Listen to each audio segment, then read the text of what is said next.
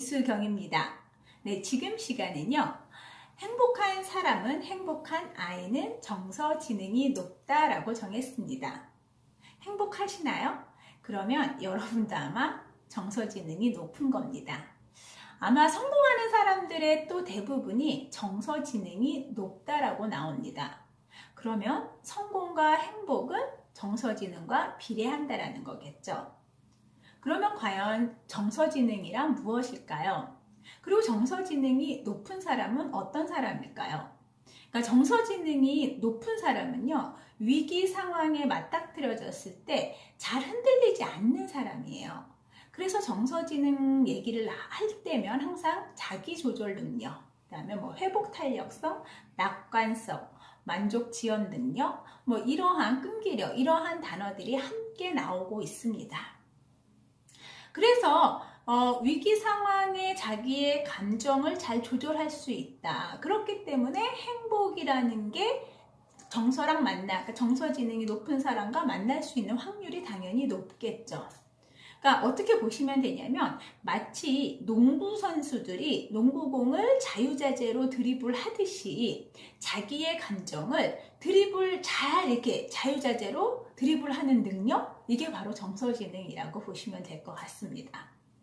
그렇다면 정서지능이 높은 사람은, 그러니까 그 정서지능이라는 거는 타고나는 걸까? 그러니까 유전일까?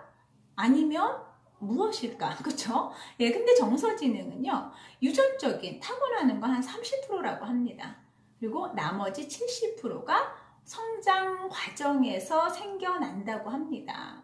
그러면 성장 과정, 가장 중요한 이 영아기, 유아기 때가 굉장히 중요해요. 정서지능에서는. 그때 누구의 영향력이 가장 클까요? 네, 당연히 부모, 주 양육자인 엄마입니다. 그래서 아이는 부모의 거울이라는 말이 당연히 나오는 거고요. 아이들은 부모님이 어떠한 행동을 하고 그 행동에 어떻게 감정으로 대처하는지를 잘 관찰해요. 그래서 이걸 그대로 따라한다라는 거죠. 그러니까 화를 낼 때 화가 난다고 물건을 부숴요, 술을 마셔요. 이러한 부모 밑에 있는 아이들은 그걸 고스란히 배워서 자기도 성장하며 그걸 자연스럽게 그대로 한다라는 거죠.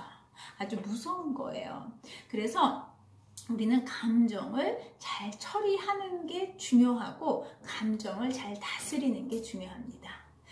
그래서 이제 부모님들이 제가 하나 좀 뭔가 예시를 좀 드리자면 독서, 동화책 읽어주기, 책 읽어주기 너무 중요하다고 생각해서 유아기, 요시기 엄마들이 책을 참 많이 읽어줘요. 정말 저는 책에 대해서만큼은 항상 제가 강조하잖아요. 중요하다고. 정말 책을 많이 읽으면 학습 능력, 사고력, 어휘력, 사회성, 정서 발달 다 너무나 큰 영향력을 끼치는데 과연 정서지능에 있어서는 무조건 좋냐? 이 부분을 제가 오늘 하나 팁으로 좀 알려드리려고 해요. 네, 그래서 이제 두 분의 엄마가 있습니다. A라는 엄마가 있고 B라는 엄마가 있어요. A라는 게 이제 요번에 미운 오리 새끼라는 동화책을 읽어줍니다. A라는 엄마는요, 이렇게 하죠. 근데 이제 심혈을 기울여서 동화책을 읽어주고 신경을 써서 읽어주려고 하는데 아이의 태도가 계속 어수선하고 집중을 못해요. 그래서 엄마가 이야기를 합니다. 엄마가 동화책 읽어줄 때는 가만히 있는 거야. 뭐 하고 있어? 빨리 제자리에 앉아. 이렇게 말을 합니다. 그리고 애가 제자리에 앉을 때까지 바른 자세로 있을 때까지 기다렸다가 계속 책을 읽어줍니다. 책을 읽는 중에 이러한 문구가 나옵니다. 아기 오리는 엄마 오리를 찾았지만 엄마 오리는 보이지 않았어요 라는 멘트가 나왔어요. 그 글귀가 나옵니다. 그럴 때 아이가 중간에 불쑥 튀어나와요. 엄마, 아기 오리가 슬픈가 봐. 이렇게 이야기를 합니다. 그런데 그때 엄마는 아이의 말을 무시하고 그냥 계속 책을 읽습니다. 그러니까 아이가 하는 질문에 전혀 대꾸하지 않고 그냥 자기가 읽던 책을 계속 읽어요. 그리고 엄마는 뿌듯해 하시죠. 예, 이제 책 다 읽었다고. 예, 두 번째 부모의 예입니다. 예, 아이가 이제 똑같이 미운 오리 새끼를 읽어주고 있어요. 그런데 아이가 중간에 그림을 보고 이렇게 얘기를 합니다. 엄마, 얘는 누구야? 이렇게. 그러면 엄마는 어떻게 하죠? 하얀 오리야. 근데 왜 울고 있지? 엄마가 이렇게 또 대답해줘요. 울어? 하얀 오리가 슬픈가? 다른 오리들은 다 노란색인데 우리 이 친구만 하얀색이라서 슬픈가? 엄마는 그렇게 생각하는데 이렇게 아이의 감정, 아이의 질문에 같이 호응을 해주는 거예요. 감정을 읽어주는 거죠. 그러니까 책이라는 부분을 통해서 이 아이에게 책을 통해서 뭔가 알려주고 싶은 마음이 부모님이라면 다 있으실 거예요. 그쵸? 네. 거기에 나오는 작가의 의도에 대한 부분도 알려주고 싶고 여러 가지 목적이 있을 거지만 가장 중요한 건 이 순간 아이의 가장 중요시 생각하는 관심사가 무엇인지를 체크를 해주고 아이의 감정을 읽어주시는 게 중요해요. 그러니까 책을 다 읽는 건 엄마의 목적이에요. 아이는 책을 엄마가 읽어주는 동안 여러 가지 생각들을 막 합니다. 그리고 그거를 확인하고 싶어 하고 표현하고 싶어 해요. 그럴 때는 그 감정 자체를 읽어주시고 거기에 호응해 주시는 게 굉장히 중요합니다. 그랬을 때 내가 인정받았다. 그리고 그 생각이 더 확산적인 사고까지도 연결이 되는데 엄마가 그거를 그냥 외면해요. 무시해요. 그러고 그냥 책 읽는 데만 집중을 한다면 과연 그 책 읽기가 아이에게 효과가 있을까요? 그리고 아이 정서에 도움이 될까요? 절대 그렇지 않다라는 거죠.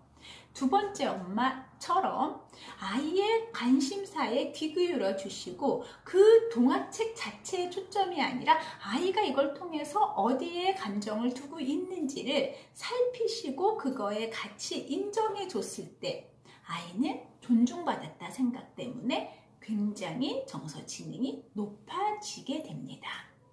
네. 책 읽는 것도 다 방법이 따로 있겠죠. 네, 그러니까 가장 중요한 거는 글을 읽는다라는 거, 아이들에게 책을 읽는다라는 거, 책을 읽어준다라는 거는 아이의 감정을 읽어주는 게 굉장히 중요해요. 이게 유아기, 영아기 때는요.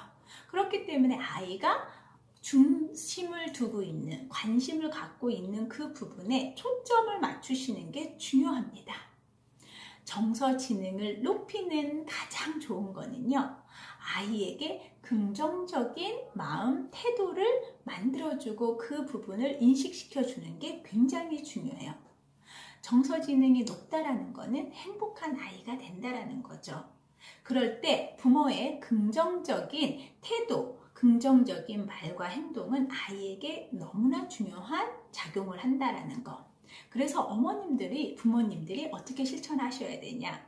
아이 말 속에 귀 기울여 주시고 그 안에서 공감해 주시고 괜찮아. 다 잘 될 거야. 다시 한번 해보자. 이러한 긍정적인 태도를 계속적으로 아이에게 신호로 보내주셔야 됩니다. 그러면 아이가 그 안에서 내 감정에 대해서 인정을 하고 이 감정을 극복하기 위해서 어떻게 해야 되는지 그 부분에 대해서 지지를 얻었기 때문에 실천을 제대로 할 수 있다는 거예요. 네, 오늘 우리 아이 감정이 어떤지, 우리 아이 정서가 어떤지 먼저 살펴보세요. 그리고 그 감정을 읽어주시고 그 감정을 인정해주세요. 그러면 내 아이는 정서지능이 높아지고 행복한 아이로 자랄 수 있다는 거 꼭 기억해 주세요. 네, 지금 시간은 여기서 마무리하겠습니다. 감사합니다.